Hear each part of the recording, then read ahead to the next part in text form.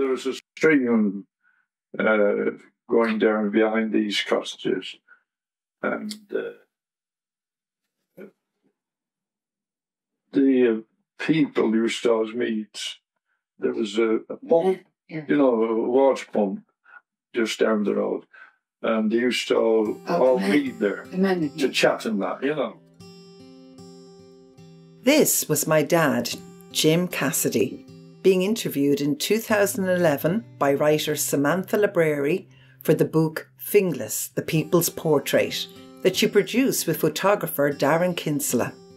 Dad was recalling moving into our house, Site 12 North Road, in the 1950s, just before the farmlands that stretched as far as the eye could see were buried beneath the Dublin Corporation housing estates of Finglas West.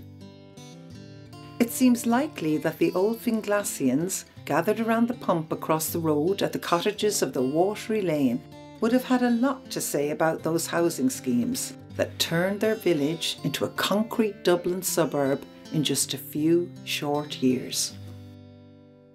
Finglas exploded then. It started to explode the population. Dublin was inside the canals. Like, Finglas out in the country. We were countries out here. It made a town out of the village, because all the new shops and all that opened up, and it made more people available for different projects in the town. So everybody was welcome, and it created jobs for breadmen, milkmen, road sweepers, everything. It was all more work. I don't know whether there was anybody that didn't agree with them coming out. They came in from town, and a few of them saying, "Oh God, all this town is coming in now, look at all this," and they don't know, not cutting their grass right. They didn't know what the countryside was like. So they were mesmerised, and they'd come all the way down. But my father, the Lord mercy him, had a big garden going around to Power City. The wall is still there. But every morning we used to come down, cabbages would be gone. We ended up, we had nothing. The kids used to wait until dark from the west, and they'd come down and they'd get all the vegetables for their mother, and then they'd go back up again. Now, we knew they were doing it, but it was because they were from town, and this was country to them, you know what I mean?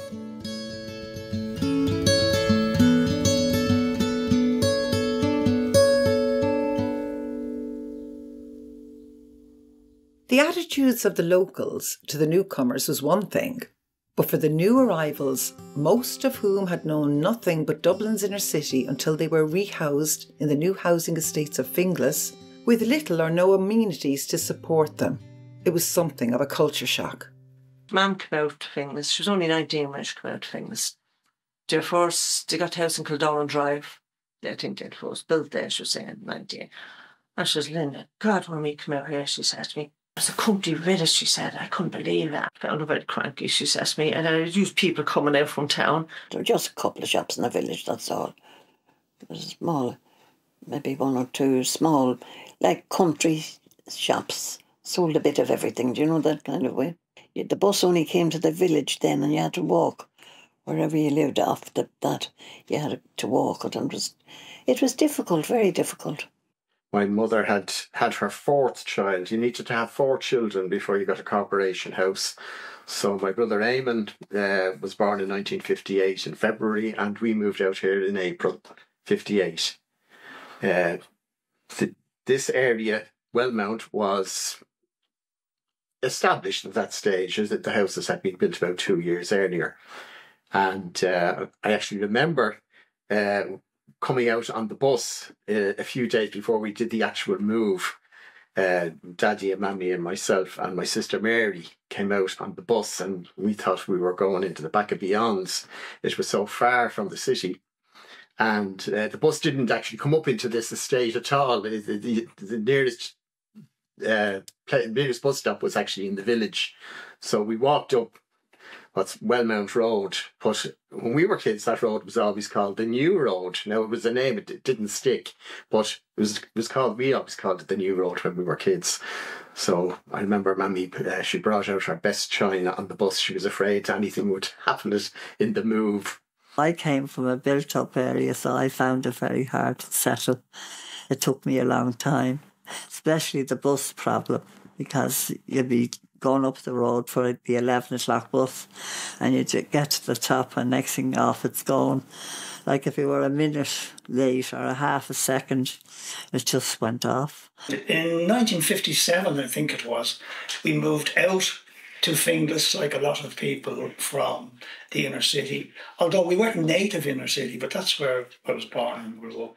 And we moved to East Finglas, Collins Place. It was a masonette because they're still there, but in those days, if people were in a housing difficulty, the corporation gave you 2 years in the masonette. So it was small 2 bedrooms. We were in number 15 upstairs. And then we got a house, great celebrations. I remember that morning. My mother, she got a letter from the corporation saying that we got one of the new houses on Glassenay Road, which was further down in East Finglas. And I remember we were in her bed, said we're all singing songs because celebrating. And we looked at the map of the houses and it was a corner house, an extra celebration. So we moved in down there, no electricity. We had to boil water on the fire for a few weeks.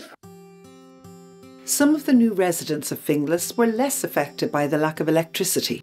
Nurse Annie Killock is a well-known character in Finglas, having delivered over 1,300 babies in the area, including me.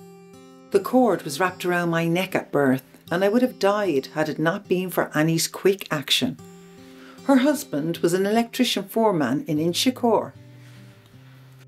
The houses were wired, but they weren't connected up in a way. And he would, at night time, when he'd been going home from work, there were some houses that he knew, and he wouldn't turn the light on for them, connect them up, and on his way in the following morning, then he'd disconnect them. That was that. If it was today, he'd be jailed. Such neighbourliness, whether legal or not, was typical of a sense of community blossoming in the housing estates as Finglas village became Finglas town. There was a great feeling, atmosphere in the village. Like nobody would have, if you had a loaf and somebody else hadn't, you cut that loaf in half, you know, that way. Like the neighbour here, this side would help the neighbour on the other side, and there was no such thing as being stuck up or none of that. That didn't exist then at all. Everybody was in the same condition. Everyone was in the same boat, but people were kind. They shared everything. And they got these houses for us, they were saying. There's no, all the backyard was just open. And, you know, my dad had a dog and we helped each other. The neighbours built the fences. We all helped each other. Back gardens were very long. In Kildon, their gardens, the idea of that was people grow their own vegetables. And this was the idea why they got the houses with the land. I came up here 51 years ago. And I came up from Dundalk in the County Louth. And when I came here, when I looked around me, there was no house around here at that time. Those were big green fields. But there was 10 of the Tiggians over here for travellers. There were tin huts, but they used to call them Tiggians. So we ended up getting one of them anyway. And we settled down in them. And I put the children to school. I didn't know I was going to stay here as long as I did. But I did.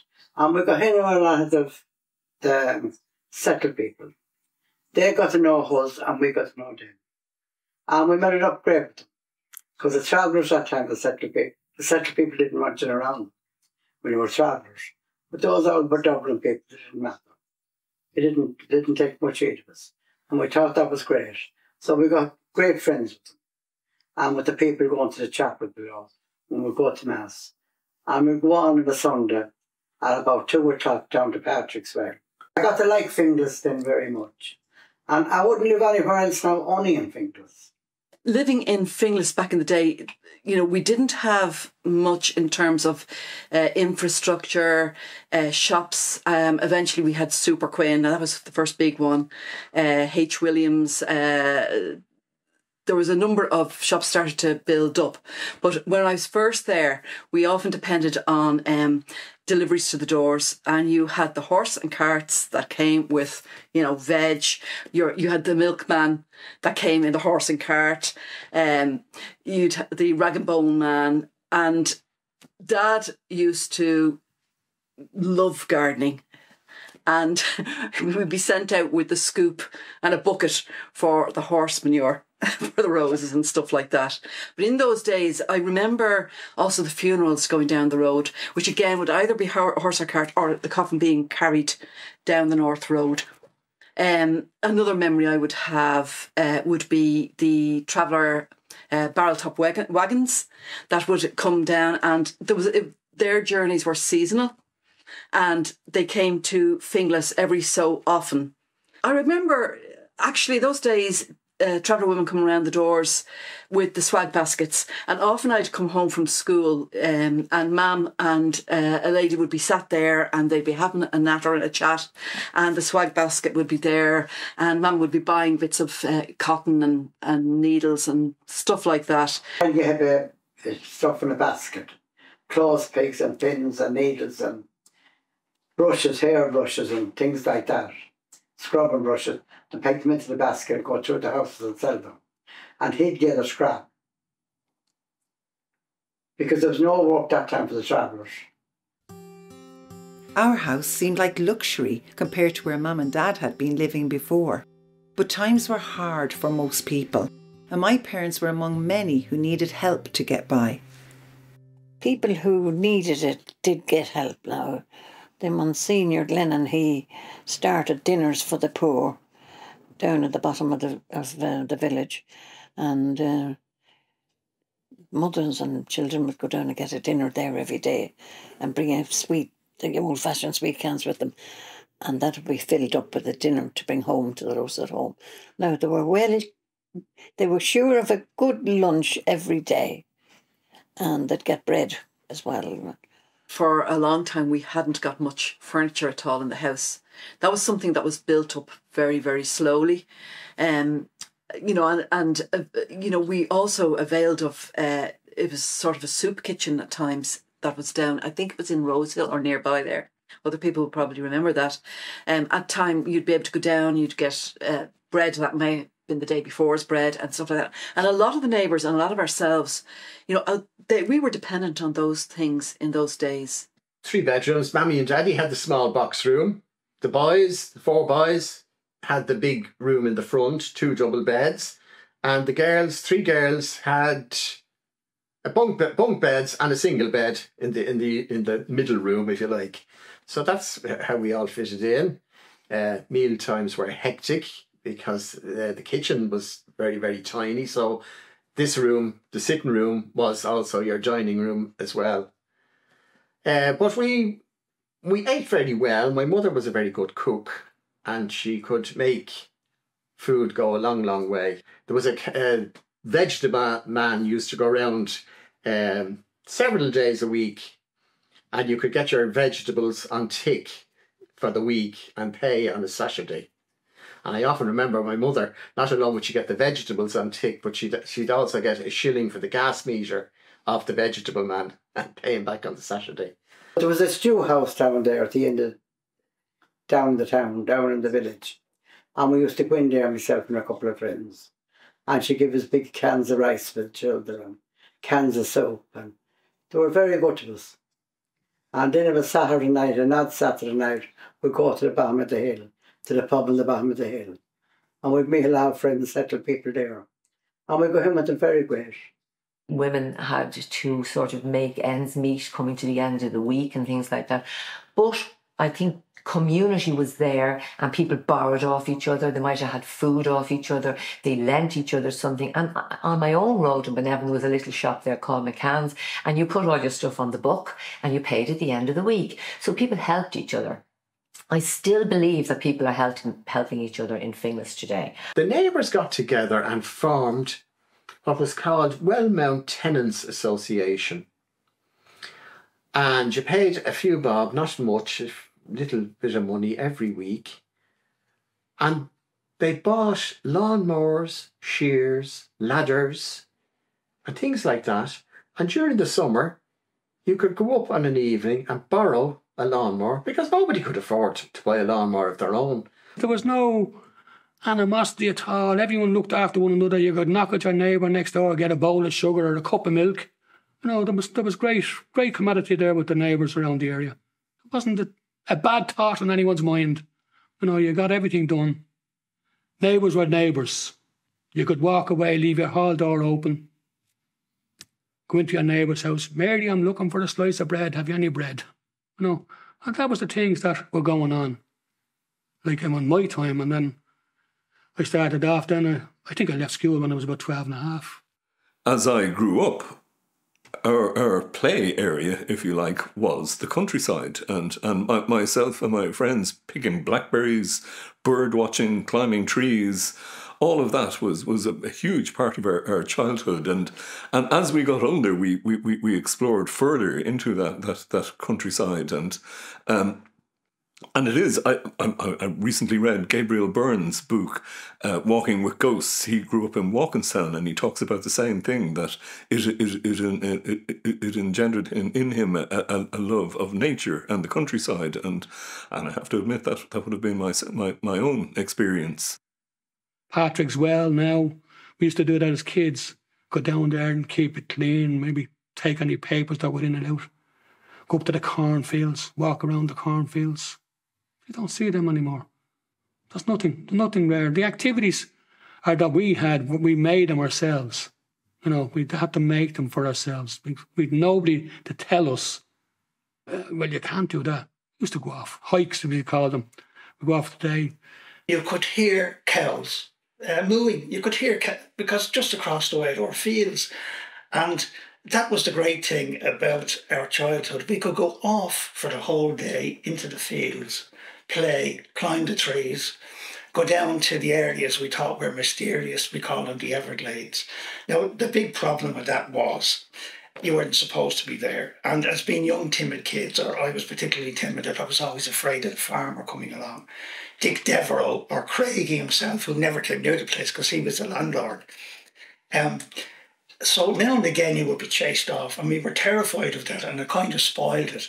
But it was great to have that amenity, that countryside near you, the greenery, the trees, that you wouldn't get in the city or in a normal housing estate. So we had that for a long time until everything got built on anyway. I learned how to drive because it was either do that or be left behind and everything, you know, because it was a mile and a half, as I say, to the village, and maybe there'd be something on in between bus times. So I brought them swimming and to the scouts, all that. I did my best with them to give them a social life. We used to often, as kids did back then, they'd rob the orchard on their way home, just for the devilment, because it was the done thing. But I remember this man saw 3 or 4 of us down the end of the garden grabbing the apples, and you used to stick your jumper in and you'd fill your jumper up with the apples, and he came running down after us, came running down, and we were jumping over the wall, running away, and he says, "Come back, you little bastards," he says. And I stepped on my heels, stopped dead, turned around to him, looked up at him and says, "I'm not a bastard, I know who my father is." And of course, we got up to mischief, as everyone did at the time, you know, but nothing serious, nothing that the police were ever involved in or could be involved in, so we were good in that respect. We spent hours down the top. Now we bring our bread and jammers, and my normal bottle of water we bring with us. Mama come down, if Dad was walking on the summer. They didn't got the money to get buses to go to Holt, or we walked down to Botanic Gardens. Dad, for us, our growing family, decided to build a playground, and he made a slide. He built a hill up. He had a metal piece that went down, so that was our slide. But he also made a train engine out of bits of wood and stuff, with a little metal funnel that he made out of something, a tin or whatever, and he'd put coal in it, And so you'd have smoke coming out of this. And he built a sand pit with a roof over it, so we had sand there. And, you know, a trail going round the garden. And then, of course, you had all the vegetables here. And I remember between my sisters and myself, we would charge the neighbours' kids into the back garden to have a go on our playground.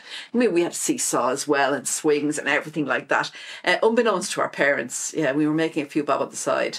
My earliest memories are kind of just an open suburb, you know, and short trousers and primary schools and fields. We had lots of fields and honeybees and horses and football. But those are kind of those earliest memories, you know. And a nice memory, you know. It's a warm touch to it, you know. We used to play in the fields all around the site that time. And now here where it's called Heathfield. There used to be big fields out there, and we used to call it the bad man's land. So we used to go out there playing chasing, and they used to call it Bobby House and fighting, and the things that used to happen out there with all the children. It'd be over the walls. We'd probably carry on ridiculous out around the fields. But in the summertime then we'd leave Finglas and we'd go on travelling. We used to call it travelling. So we'd go to Cork, Limerick, Tipperary and back down to Offaly and Cavan. And the remembrance of that was absolutely beautiful. There would be a special school. So it'd be just for travellers, boys and girls would be all mixed. And they wouldn't learn very much, and I'd be let colour in all day. So I didn't come out with very good education from primary school. But really I went no further than primary school. But the teachers was okay, but I just thought maybe we felt ourselves, we knew we were different. You knew when you were in school that you were a traveller and you didn't like the name getting mentioned. So it was embarrassing. So we kind of just stood to ourselves. So there was a stage then where to start kind of simulating the travellers from the special class then in through the school. I still remember my teacher's name and Miss Barry at that time. And I remember some of the friends I made in there, settle girls.